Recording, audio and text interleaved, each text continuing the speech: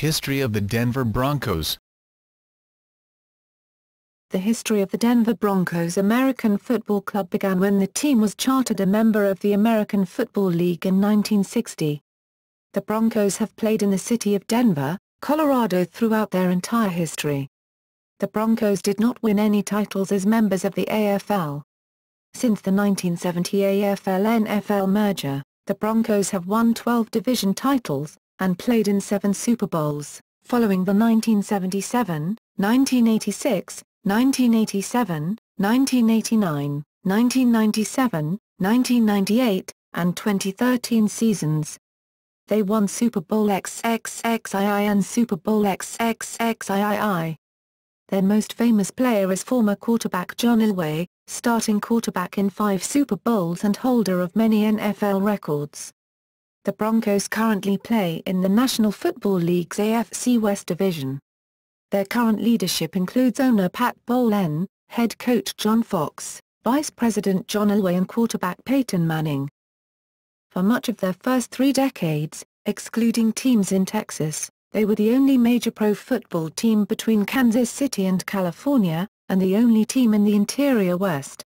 This distinction ended in 1988, when the Cardinals moved from St. Louis to Phoenix.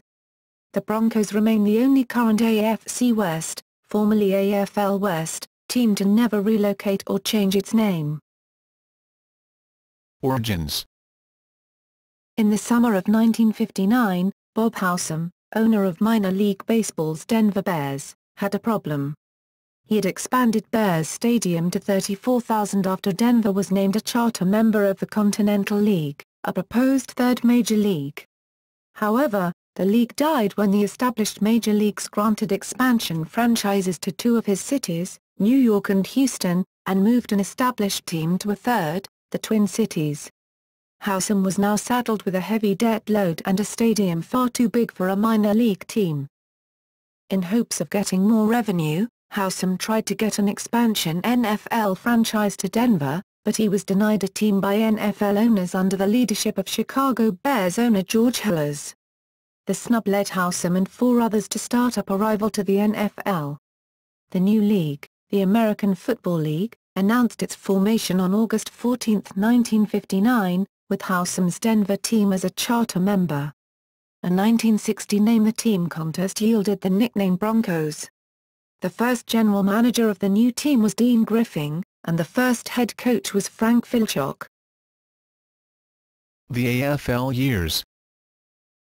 Denver had the worst record of any original AFL team, with a record of 39-97-4 in the league. They were the only original AFL team never to have played in the title game during the upstart league's 10-year history. Despite their lack of early success, the Broncos produced some memorable games, such as the 38-38 tie against the Buffalo Bills in 1960. They were the first AFL team ever to defeat an NFL team, on August 5, 1967 when they beat the Detroit Lions 13-7 in a preseason game. The Broncos were also the first American professional football team to have an African-American place kicker, Gene Mingo, the first to have a receiver with 100 receptions in a season, Lionel Taylor, and the first starting African-American quarterback of the modern era, Marlin Briscoe. The Fill Jock Era. The Broncos began play in 1960, the AFL's inaugural season, at Bears Stadium. Their head coach was Frank Filchock, who chose Frank Tripaca as the Broncos' first starting quarterback. The Broncos won their first game, also the first AFL game, 13-10 over the Boston Patriots. However, the Broncos would end the season with a 4-9-1 record. After the season, Howsam, looking to sell his holdings in the Broncos, nearly made a deal with the San Antonio Syndicate, but eventually a group led by Calvin Kunz purchased Howsam's shares. At this point, Gerald Phipps became the Broncos' largest stockholder. The Faulkner Era. Following a 3-11 campaign in 1961, the Broncos replaced Filchock with Jack Faulkner, who ritualistically burned the Broncos' vertically striped socks prior to the new season. Faulkner led them to a 7-7 record in 1962, their best record in the AFL. This 500 season was not, however, a prelude to success, as the Broncos would lose at least 10 games each of the next 5 years, during which they were led by 4 different coaches and over half a dozen starting quarterbacks. The Speedy Malavasi Era. Mac Speedy replaced Faulkner 5 games into the 1964 season, breaking an 11-game losing streak by beating Kansas City 37-33. However, the Broncos would only win one more game in 1964, ending the season with a 2-11-1 record. The team improved only marginally in 1965, finishing with a 4-10 record. In the first game of the 1966 season, a 45-7 loss to Houston, the Broncos failed to record a first down and finished with only 26 yards of total offense, including 7 yards passing. After the second game, Speedy resigned and was replaced by interim head coach Ray Malavasi, under whom the Broncos finished the season 4-10. Denver came close to losing the Broncos in 1965, when a group of minority partners joined together with the intent to sell the team to interests based in Atlanta. However, a different pair of owners, Alan and Gerald Phipps, bought the team, along with Bears Stadium, and kept them in Denver. In the aftermath of the near loss of what was Denver's only professional sports team at the time, season ticket sales nearly tripled the following year. The Saban Era begins. In 1967, the Broncos hired Lou Saban, coach of the two-time defending AFL champion Buffalo Bills, as head coach. Saban's first order of business was to generate interest in the team to keep them in Denver. The NFL and AFL had agreed to merge a year earlier, and the Broncos needed to expand Bears Stadium to 50,000 in order to meet the NFL's requirements for the merger. This required raising funds from businesses and the people of Denver. If unable to raise the necessary funds, the team was threatening to move to Chicago or Birmingham. Saban decided to use his number 1 pick for an impact player. With the 6th pick, he chose Syracuse All-America Floyd Little, the first 3-time All-America since Dirk Walker. With the Broncos' past number 1 picks, such as Dick Butkus and Merlin Olsen, choosing the other side in the AFL NFL bidding wars, Little became the first number 1 pick to sign with the team. His signing created a landslide of enthusiasm for the Broncos. Little and other Broncos went door to door to solicit funds for the stadium, and he even rode buses to Wyoming, Nebraska and other nearby states to bring in money. In doing so, Little became known as the franchise for his tireless efforts to keep the team in Denver. Little proved to be every ounce as valuable on the field for the Broncos as well. Saban kept 26 rookies his first season, including Little, along with numerous second- and third-year players. Little was the only bright spot in a dismal 3-11 season. He led the AFL and NFL in punt returns with a blistering 17-yard average. He also led the league in combined yards, rushing, receiving and returns. In 1968, he led the league again in combined yards and became the only player in either league to return a punt for a touchdown in both seasons. That same year, the city of Denver bought Bears Stadium from the Broncos, renamed it Mile High Stadium and leased it back to the Broncos. The purchase made it possible to finish the required expansion. In 1969, Little was clearly the best back in the AFL or NFL. After just 6 games, he was more than 300 yards ahead of all running backs, piling up 700 yards when he tore up his knee and missed most of the season. He was named All-AFL for his efforts. In 1970, despite playing with a broken bone in his back and having a record 5 different starting quarterbacks, Little led the AFC in rushing. In 1971, Little did it again. He not only led the AFC in rushing, but also outrushed any NFL player with 1,133 yards. However, even with Little's superb prowess and the likes of defensive end Rich Jackson creating havoc on defense, Saban could not bring the Broncos success. He finished in last place in the division in all 5 years of his tenure. The 1970s. The Saban-Smith-Ralston Era. In 1970, the Broncos began a home sellout streak, not including games using replacement players, which has lasted to the present.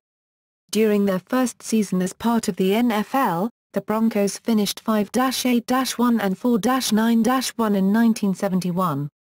The team then went 5-9 in 1972, but continued to sell games out.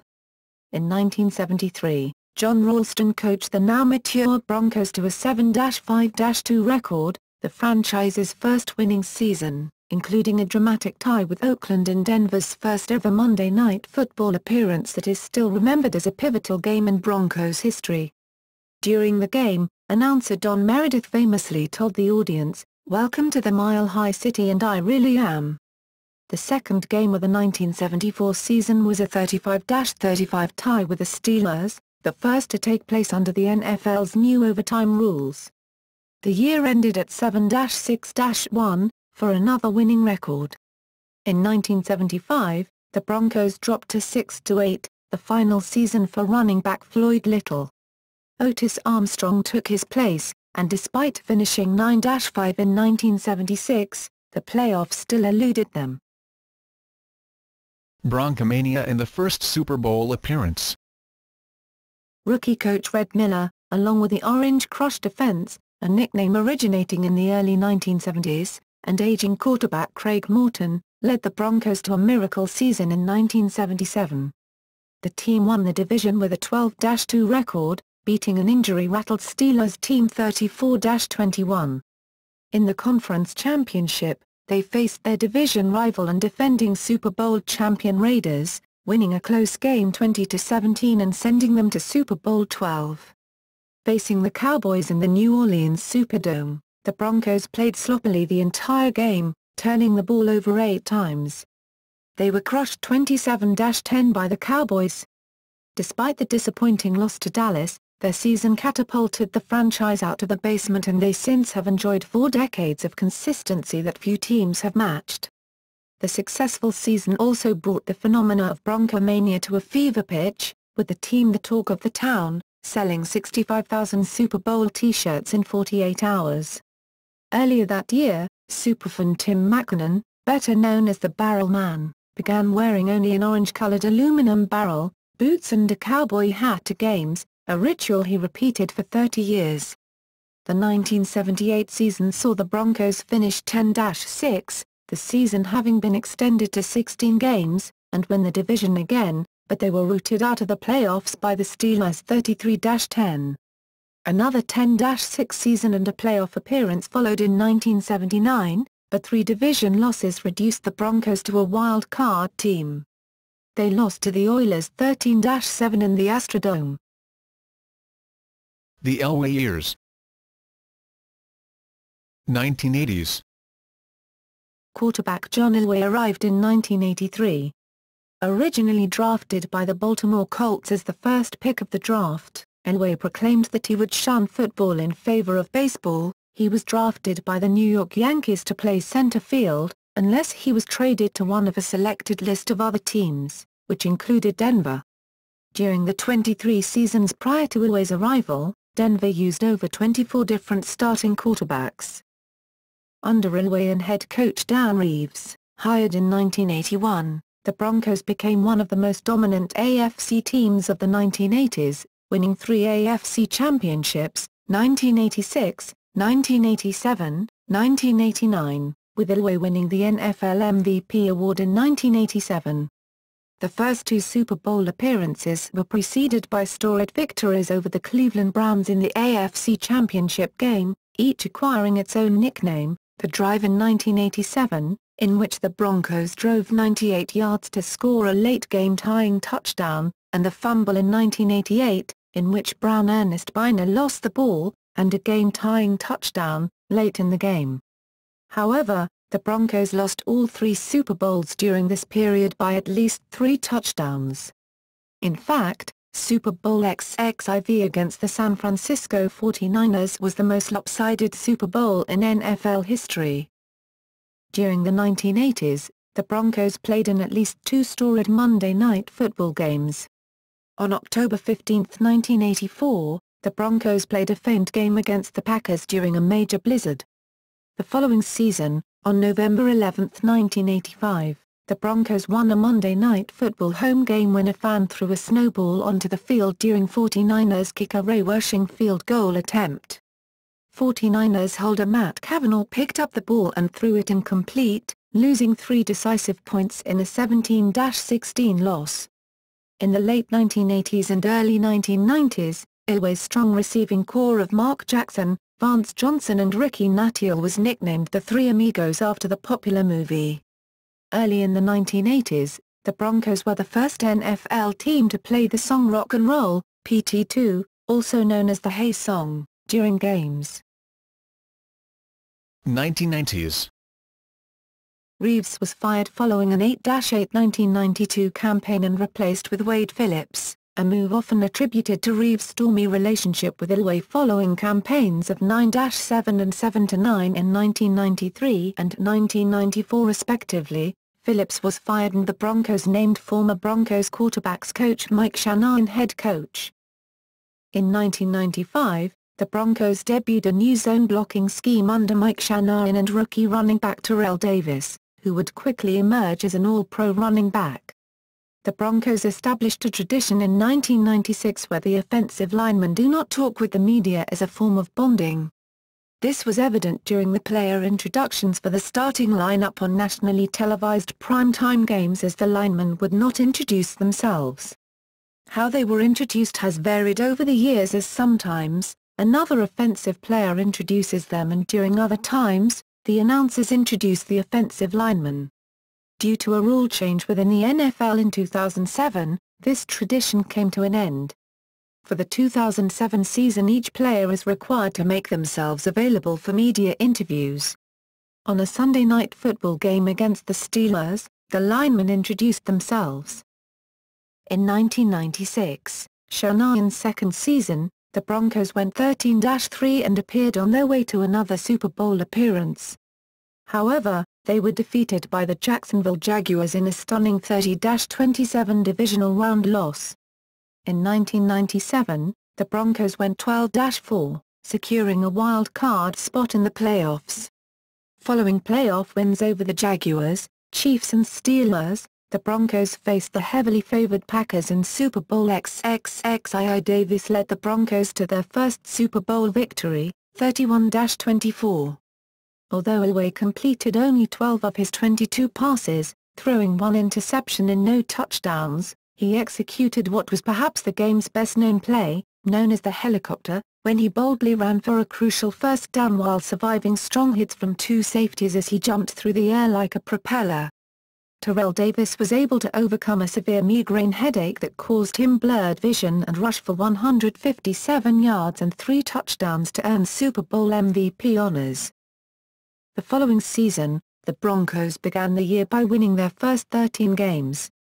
The first loss of the season came at the hands of the Giants, as Kent Graham hit Amani Toomer late in the fourth quarter to steal a 20-16 victory.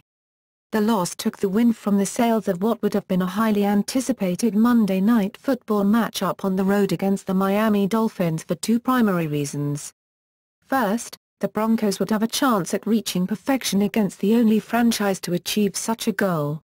Second, Elway would have gone head-to-head against Dan Marino for only the second time, an oddity of scheduling since both quarterbacks were drafted the same year and both played in the same conference. Elway would play his worst game of the season in a 31-21 loss, and the Broncos would finish the season 14-2. Adding levity to an intense quest for a perfect season, one week normally gregarious tight end Shannon Sharpe refused to speak to the media, leading Shanahan to add to the injury report, T.E. Shannon Sharpe, laryngitis, probable. Terrell Davis became the 4th back to rush for 2,000 yards. He would finish with 2,008 during the regular season and won the NFL MVP award. In the playoffs, the Broncos defeated the Dolphins and Jets in the AFC Championship game to advance to Super Bowl XXXIII. Following the win against the Jets, Elway took one final lap around the field in what would be his final game at Mile High Stadium. 2 weeks later in the Super Bowl, Denver defeated the Falcons, led by former coach Dan Reeves, 34-19 to win Super Bowl XXXII and defend their title. Elway, playing in his final NFL game, won the Super Bowl MVP award. The post-Elway years. Since Elway's retirement following the 1998 season, Denver has had only 3 losing seasons, 1999, 2007 and 2010, and has made the playoffs as a wild card 3 times, in 2000, 2003 and 2004, and as a division champion 3 times, 2005, 2011, and 2012. However, they have won only 3 playoff games since Elway's retirement. The Grease Era. Brian Grease, son of former Miami Dolphins quarterback Bob Grease, took over as quarterback upon Elway's retirement. Grease led the team from 1999 to 2002, compiling a record of 34-30. Though the team made the playoffs in the 2000 season under Grease, he never took a snap in the postseason for the Broncos.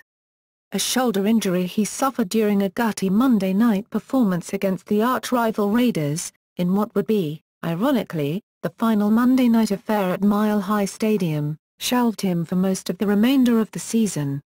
Thus, Gus Frerotte started the playoff game against the Baltimore Ravens, a 21-3 defeat. The Broncos would finish with winning records under Grease but miss the playoffs in 2001 and 2002. The Plummer Era. Former Arizona Cardinals quarterback Jake Plummer replaced Grease as quarterback prior to the 2003 season. He would lead the team to a 49-26 record and a 1-3 playoff record from 2003 to 2006. Prior to the 2005 season, the Broncos were plagued by early season success followed by late season flops. In both 2003 and 2004 they started the season 5-1 and ended 10-6. After losing the 2005 season opener, the Broncos won 5 straight games, defeating the Chargers 20-17, Chiefs 30-10, Jaguars 20-7, Redskins 21-19, and the 2-time defending champion Patriots 28-20, on October 16. Denver lost the next game to the Giants on October 23 by a final score of 24-23, in the game's final minute. The following week, the Broncos routed the defending NFC champion Eagles, 49-21, on October 30. In that game, the Broncos became the first team in NFL history to have 2 players, Mike Anderson and Tatum Bell, rush for over 100 yards and another player, Jake Plummer, pass for over 300 yards in a single game. Denver then defeated the Raiders on November 13, 31-17. The next game, the Broncos shut out the Jets 27-0 in Denver on November 20. It was the Broncos' first shutout win since 1997, when the team blanked the Panthers that season. Denver then went on to defeat the Cowboys on Thanksgiving Day, November 24, winning in overtime, 24-21, on a Jason Elam 24-yard game-winning field goal. One of the key plays prior to the field goal was a 55-yard run by Ron Dayne, who filled in for the injured Tatum Bell. Denver lost to the Chiefs in the next game, 31-27, on December 4, but won against the Ravens the following week, 12-10. On December 17, the Broncos defeated the Bills, 28-17. On Christmas Eve 2005, the Broncos clinched the AFC West Division title, as they finished with a record 8-0 at Invesco Field at Mile High by defeating the Raiders, 22-3. On December 31, 2005, the Broncos got season win number 13 in a season sweeping on the road against their division rivals, the Chargers, with a final score of 23-7. The Broncos entered the playoffs for the 3rd consecutive year with the momentum of a 4-game winning streak. Denver finished the regular season with a record of 13-3, tying them with the Seattle Seahawks for second-best overall record in the league, behind the 14-2 Indianapolis Colts. Denver was seeded number 2 in the AFC behind the Colts. On January 14, 2006, the Broncos defeated the 2-time defending champion New England Patriots, 27-13, in the divisional round, denying the Patriots from becoming the first NFL team ever to win 3 consecutive Super Bowl championships. The last team with an opportunity of winning 3 consecutive Super Bowls before the Patriots were the Broncos themselves. The Broncos' playoff run came to an end after losing to the Pittsburgh Steelers in the AFC Championship, 34-17, on January 22, 2006. Denver turned the ball over 4 times and were outscored in the first half, 24-3. The Steelers went on to win Super Bowl XL. The Cutler Era. The Broncos surprisingly drafted a quarterback, Jay Cutler, following the season in which Plummer nearly led them to the Super Bowl. Plummer's erratic 2006 performance led to his benching in favor of Cutler 12 games into the season. Cutler would go on to lead the Broncos to a 2-3 record in the team's last 5 games. The Broncos finished the 2006 season tied for the last wild card spot with the Chiefs, with a 9-7 record, but lost the tiebreaker due to the Chiefs owning the better AFC West record, 4-2 to the Broncos 3-3. The 2006 season marked longtime wide receiver Rod Smith's last season as a Bronco after 13 seasons. A hip injury that required 2 hip replacement surgeries effectively ended Smith's career prior to the 2007 season, and Smith officially retired in July 2008. 2007 marked Jay Cutler's first full season as the Broncos' starting quarterback.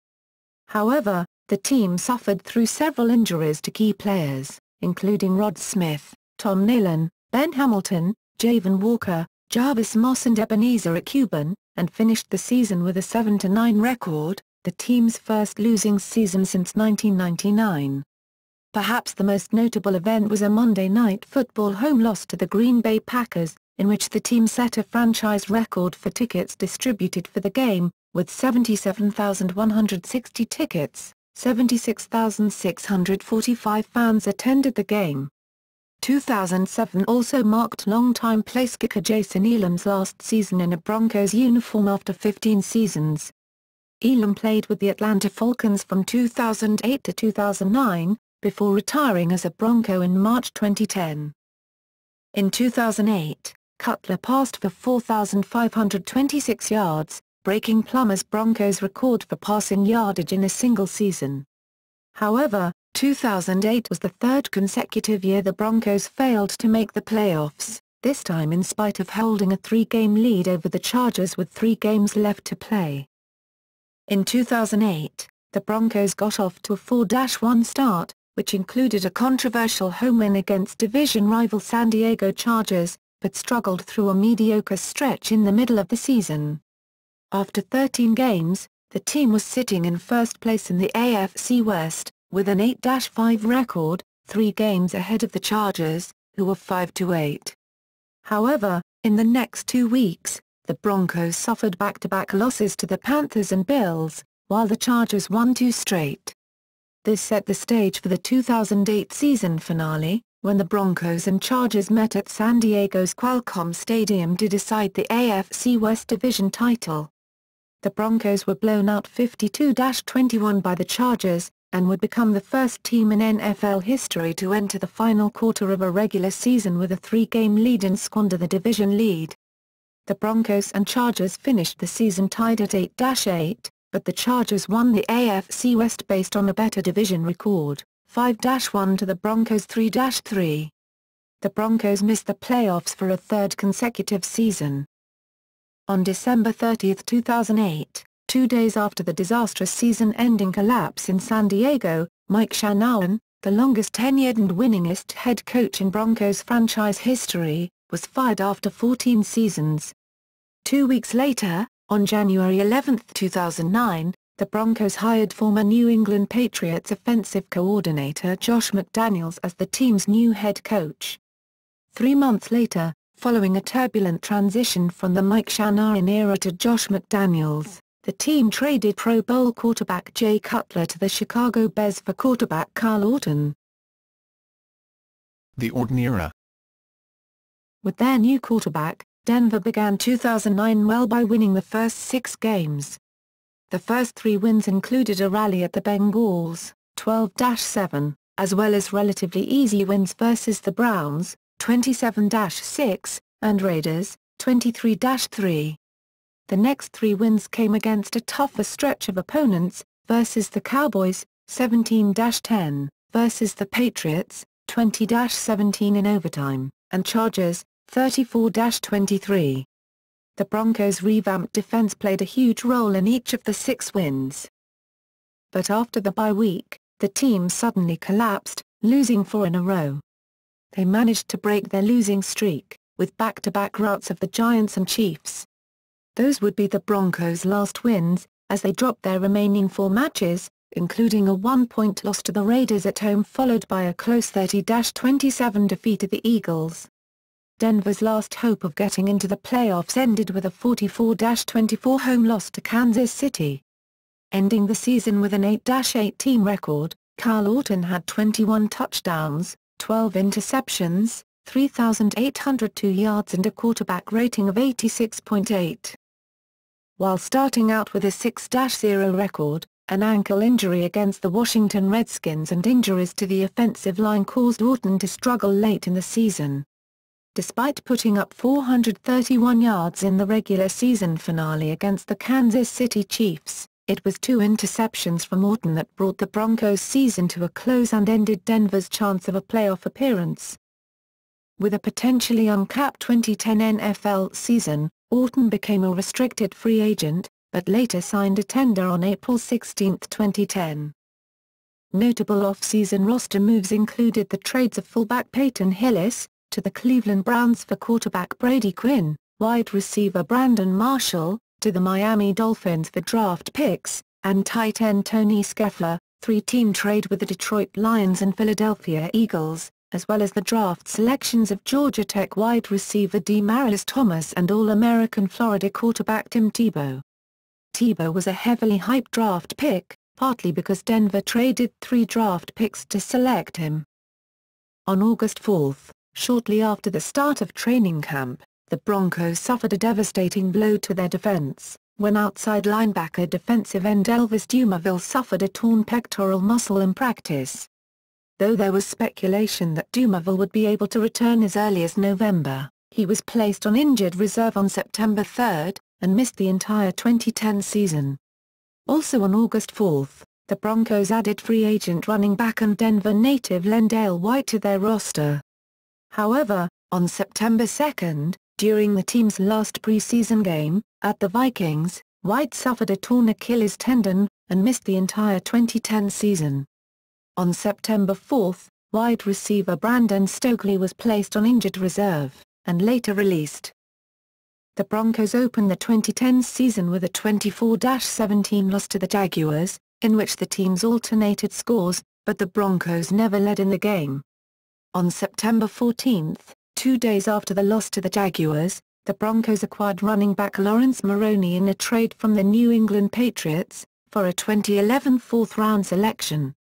In Week 2, the Broncos cruised to a relatively easy 31-14 win against the Seattle Seahawks, in the team's home opener. On September 20, just a day after the win over the Seahawks, tragedy struck the Broncos organization, when wide receiver Kenny McKinley was found dead in his Centennial, Colorado home of an apparent suicide, at the age of 23. In Week 3, the Broncos lost 27-13 at home to the Indianapolis Colts. Kyle Orton threw for a career-high 476 yards, but the Broncos were plagued by red zone miscues. In Week 4, the Broncos rallied for a 26-20 win at the Tennessee Titans. In Week 5, the Broncos lost 31-17 to the Baltimore Ravens at M&T Bank Stadium, a venue that has been none too kind to the Broncos.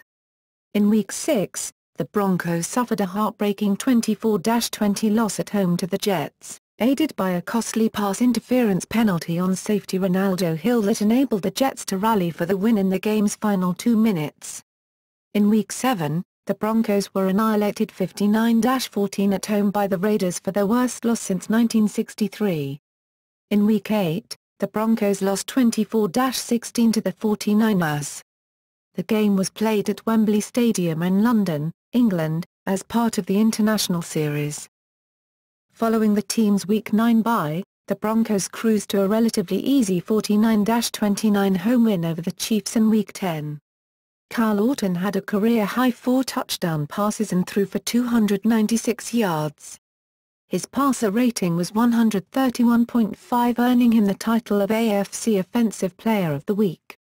In Week 11, the Broncos were no match for the Chargers on Monday Night Football, losing 35-14 at Qualcomm Stadium. On November 27, 2010, just a day before the team's 36-33 home loss to the St. Louis Rams in Week 12, the Broncos and head coach Josh McDaniels were fined $50,000 each as a result of a videotaping scandal, during the team's aforementioned Week 8 game against the San Francisco 49ers in London. In Week 13, the Broncos fell 10-6 to the Chiefs, clinching the team's third losing season since 1999 and removing them from playoff contention. Afterwards, Josh McDaniels was fired and running backs coach Eric Studesville took his place for the remainder of the season. McDaniels' tenure as head coach, which had gotten off to a good beginning with the team's 6-0 start to the 2009 season, ultimately turned into a total fiasco with a win-loss record of 11-17 before his firing, combined with the Raiders' disaster, the expenditure of first-round draft picks on Tim Tebow, who could have been taken in the second or third round, the videotaping episode, and the trading away of key players such as Brandon Marshall. In Week 14, the Broncos were crushed 43-13 at the Arizona Cardinals. In Week 15, the Broncos lost 39-23 to the Raiders, in Tim Tebow's first career start. In Week 16, the Broncos rallied for a 24-23 win over the Texans, on the strength of Tim Tebow throwing for 308 yards and a touchdown, as well as rushing for another touchdown. In Week 17, the Broncos fell 33-28 at home to the Chargers to finish 4-12. The Elway Era. Afterwards, John Elway returned to his old team as general manager. McDaniels' replacement as head coach was, surprisingly enough, John Fox, who wasn't re-signed from Carolina after that team finished 2-14. After taking L.B. Von Miller from Texas A&M with the second pick in the 2011 draft, the Broncos' off-season was marked by waffling over the fate of Kyle Orton.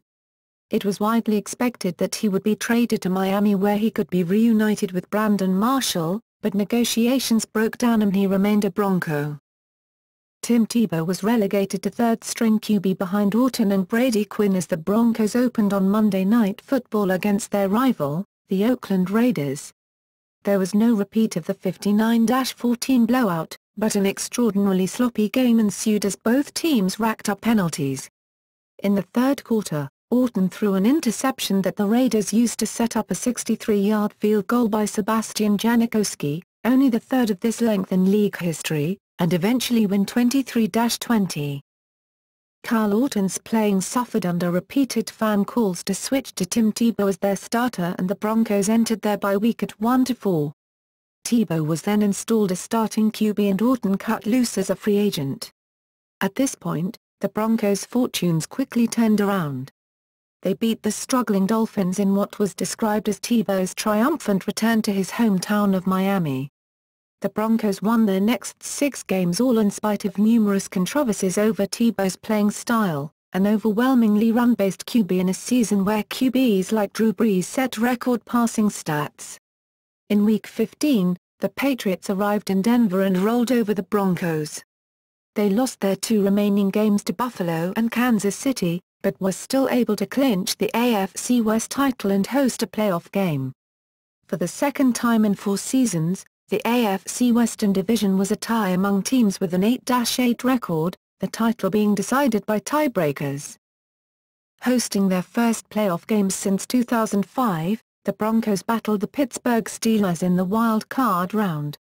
The game went into overtime and on the opening drive, Tebow threw Demaryius Thomas a short pass and Thomas took it 80 yards to the house winning 29-23. Denver's improbable season came to an end when they headed to New England and were again buried by the Patriots 45-10. a rival of Peyton Manning. Most football analysts dismissed the Broncos' playoff run as a fluke resulting from bad luck and a weak AFC West division. Thus, on March 20, the Broncos signed Peyton Manning, who had just been released by the Indianapolis Colts. The following day, Tebow, despite being extremely popular with most of the Bronco fan base, was traded to the New York Jets in exchange for a fourth-round draft pick. Despite widespread skepticism about Manning's age, injuries, and rustiness, he delivered an impressive performance in the season opener at home against the Pittsburgh Steelers, a rematch of last year's wild-card game, throwing for 253 yards and 2 TD passes in a 31-19 Bronco victory.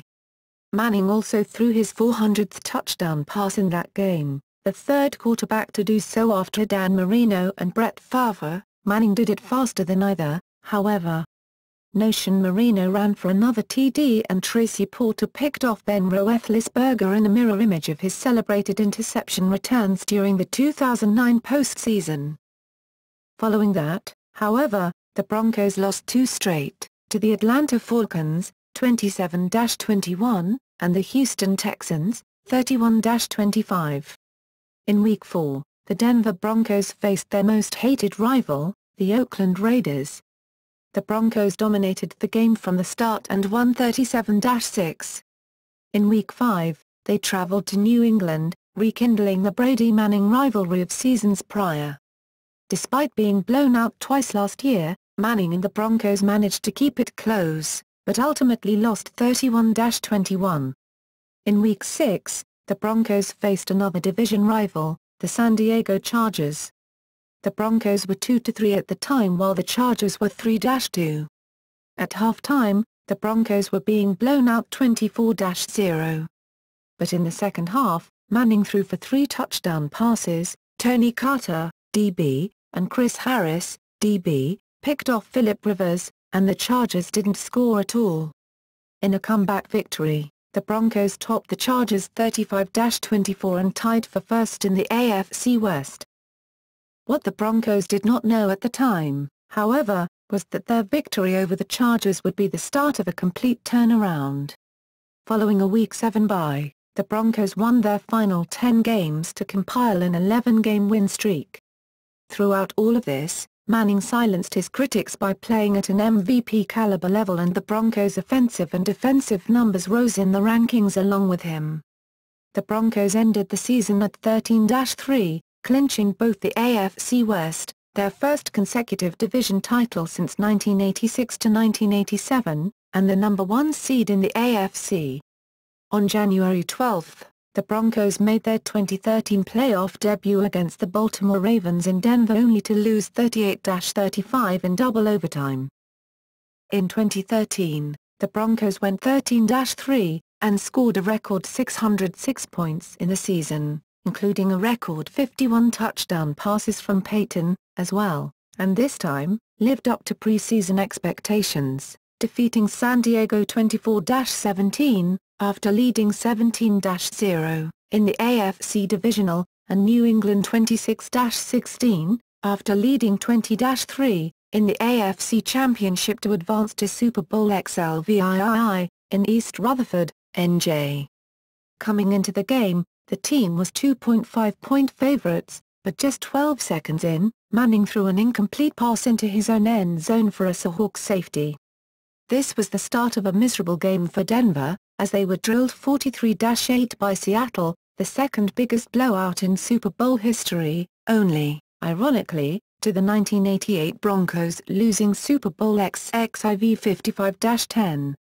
The game was never in doubt, as the Seahawks were up 35-0 at one point. The game was not all bad for Denver, as they were one of the few teams ever to attempt, and complete, a 2-point conversion in the Super Bowl. The 8-point play was scored when the game was already out of reach. The team that scored a record 606 points in the regular season, along with another 50 in the playoffs, was held to just 8 points in the game. Team records. The Broncos' all-time regular season record, as of the conclusion of the 2009 season, including AFL games, is 394-352-10. Their record since joining the NFL in 1970 is 355-255-6. Their all-time playoff record is 17-15. John Elway is the Broncos' all-time leading passer, with 300 touchdowns and 51,475 yards passing. Terrell Davis is the Broncos' all-time leading rusher, with 60 touchdowns and 7,607 yards rushing. Rod Smith is the Broncos' all-time leading receiver, with 68 touchdowns, 11,389 yards receiving. Jason Elam is the Broncos' all-time leading scorer, with 1,786 points. He also holds the record for games played as a Bronco, with 230.